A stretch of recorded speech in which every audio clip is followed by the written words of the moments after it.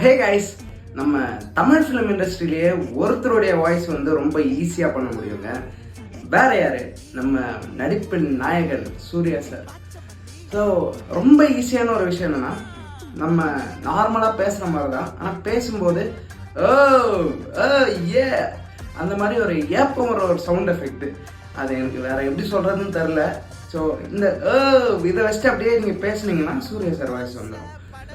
எல்லாரும் கூட அதாவது சூர்யா இது ஒரு ஸ்டைலு. அவர் கொஞ்சம் எமோஷ்னலாக பேசினாருன்னா, ஐயோ டேட் இதெல்லாம் கூட நிற்க முடியாது, இதெல்லாம் கூட நிற்க முடியாது, அது இழுத்துட்டு பேசுனீங்கன்னா அவருடைய எமோஷ்னல் ஸ்டைலு. ஐயோ டேட் இதெல்லாம் கூட நிற்க முடியாது, கூட சாப்பிட முடியாது, எதுவுமே பண்ண முடியாதப்பா, இது அவருடைய எமோஷ்னல் ஸ்டைல். அவர் கொஞ்சம் கோபமாக பேசினாருன்னா கொஞ்சம் ஸ்டர்னாக ஒரு மாதிரி கெத்தாக பேசுவார். அப்போது லைட்டாக மாறும்.